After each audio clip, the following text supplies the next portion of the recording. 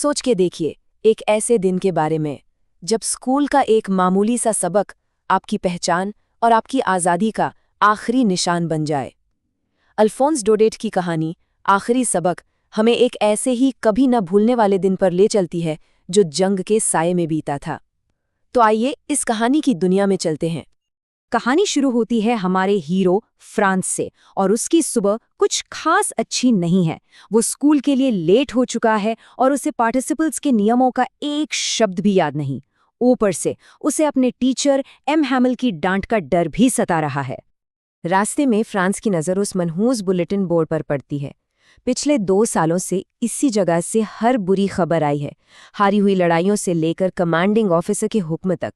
आज भी वहां भीड़ लगी है और फ्रांस का दिल बैठ सा जाता है ये सोचकर कि भाई अब क्या नई मुसीबत आ गई। लेकिन जब फ्रांस स्कूल पहुंचता है ना, तो एक और अजीब चीज होती है। रोज की तरह डेस्क और बेंचों के खिसकने का शोर नहीं, बल्कि एक अजीब गहरी खामोशी है, जैसे कोई रविवार की सुबह हो। ये शांति थोड़ी बेचैन करने वाली थी। आखिर ऐसा था क्यों? बाहर की ये शांति तो बस एक शुरुआत थी। असली राज तो क्लासरूम के दरवाजे के पीछे छिपा था, जहां फ्रांस को कुछ ऐसा देखने को मिला जिसकी उसने कभी कल्पना भी नहीं की थी। जैसे ही फ्रांस क्लास में कदम रखता है, उसका मुंह खुला का खुला रह जाता है। पहली चीज, उसके टीचर एम हैमिल अपने सबसे खास कपड़े पहने हुए थे, जो वो सिर्फ बड़े मौकों पर पहनते थे। और दूसरी, जो सबसे ज्यादा हैरान करने वाली थी, पीछे के बेंचों पर गांव के बुजुर्ग बैठे थे, बिल्कुल खामोश और गंभीर। ये सब हो क्या रहा था? इन सारे सवालों का जवाब बस एक ऐलान में छिपा था। एक ऐसा ऐलान जो उस शांत सुबह को एक थंडर क्लैप यानी एक जोरदार झटके में बदलने वाला था और फ्रांस की दुनिया को हमेशा के लिए बदल देने वाला था। एम हैमिल अपनी कुर्सी पर बैठते हैं और एक बहुत ही गंभीर आवाज में कहते हैं, मेरे बच्चों, ये आखिरी सबक है जो मैं तुम्हें दूंगा। ये शब्द फ्रांस पर बिजली की तरह गिरते हैं और अचानक सब कुछ साफ हो जाता है। तो इस ऐलान के पीछे की वजह असल में इतिहास में छिपी थी। फ्रैंको प्रुशिया युद्ध के बाद, जैसा कि इस नक्शे पर देखा जा सकता है, फ्रांस को अपने 2 खूबसूरत जिले एल्सेस और लॉरेन प्रुशिया को देने पड़े थे, और बर्लिन, जो अब प्रुशिया की राजधानी थी, वहां से एक नया हुक्म आया था। उस हुक्म का मतलब बिल्कुल साफ और सख्त था। अब से स्कूलों में उनकी अपनी जबान फ्रेंच नहीं पढ़ाई जाएगी। आज उनकी फ्रेंच जबान में आखिरी सबक था। ये खबर सिर्फ एक सरकारी आदेश नहीं थी, ये सीधे फ्रांस के दिल पर लगी और इसी चोट ने उसके अंदर सब कुछ बदल दिया, खासकर उन चीजों के लिए उसका नजरिया जिन्हें वो कभी कोई अहमियत नहीं देता था।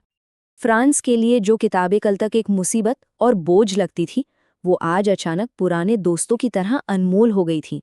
उसे एहसास हुआ कि वो अपनी जबान और अपनी कहानियों को हमेशा के लिए खोने वाला है। और बस उसी पल फ्रांस को सब समझ आ गया। एम हैमिल के खास कपड़े और गांव वालों की मौजूदगी कोई आम बात नहीं थी। ये सब उनके टीचर की 40 साल की वफादार सेवा और उस देश के सम्मान में था जो अब उनका नहीं रहा। फ्रांस के इस पछतावे के बाद कहानी का फोकस अब एम हैमिल पर आ जाता है, जो अपने आखिरी सबक में भाषा की अहमियत पर कुछ ऐसे शब्द कहते हैं जो इस कहानी की जान है। एम हैमिल ने इसके लिए किसी एक को दोषी नहीं ठहराया। उन्होंने कहा कि अपनी जबान को नज़रअंदाज करने के लिए वो सभी जिम्मेदार हैं। माता-पिता, जिन्होंने बच्चों को काम पर भेजा, छात्र, जिन्होंने सीखने में दिलचस्पी नहीं दिखाई, और हाँ, यहाँ तक कि वो खुद भी, जिन्होंने कभी-कभी उन्हें पाठ के बजाय अपने बगीचे में पानी देने भेज दिया था। और फिर एम हैमिल ने वो बात कही जो इस कहानी का सार है।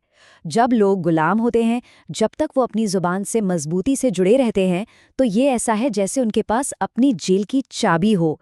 मतलब भाषा सिर्फ बात करने का जरिया नहीं, बल्कि आपकी पहचान है, आपकी संस्कृति है और मुश्किल वक्त में उम्मीद की एक किरण है।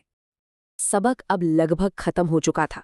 अब सिर्फ खामोशी थी और एक आखिरी विदाई बाकी थी, जो शब्दों से नहीं बल्कि एक बहुत ही दमदार इशारे से दी जानी थी। आखिरी पल बहुत धीरे धीरे आते हैं। चर्च की घड़ी में 12 बजते हैं। ठीक उसी वक्त खिड़की के नीचे प्रशिया के सिपाहियों की बिगुल की आवाज सुनाई देती है, जो उनकी नई हकीकत की निशानी है। एम हैमिल कुछ कहना चाहते हैं, पर उनका गला भर आता है, आवाज ही नहीं निकलती। जब लव साथ नहीं देते ना, तो एम हैमिल एक आखिरी दमदार काम करते हैं। वो ब्लैकबोर्ड की तरफ मुड़ते हैं और अपनी पूरी ताकत से वो लिखते हैं, वीव ला फ्रांस, यानी फ्रांस अमर रहे। ये वो शब्द थे जो उनकी आवाज़ ने साथ नहीं दिया, लेकिन चौक ने उन्हें हमेशा के लिए लिख दिया। इसके बाद वो दीवार से अपना सिर टिका लेते हैं और बिना कुछ बोले बस हाथ से इशारा करते हैं। सबक खत्म हो चुका था। तो ये कहानी हमें एक बहुत गहरे सवाल के साथ छोड़ जाती है। अक्सर हम किसी चीज़ की कीमत तभी समझते हैं जब वो हमसे छिनने वाली होती है। तो सोचिए, हमारी अपनी भाषा का असली मतलब क्या है? क्या ये सिर्फ बोलने के लिए कुछ शब्द हैं, या हमारी पहचान का वो हिस्सा है जिसे कभी छीना नहीं जा सकता?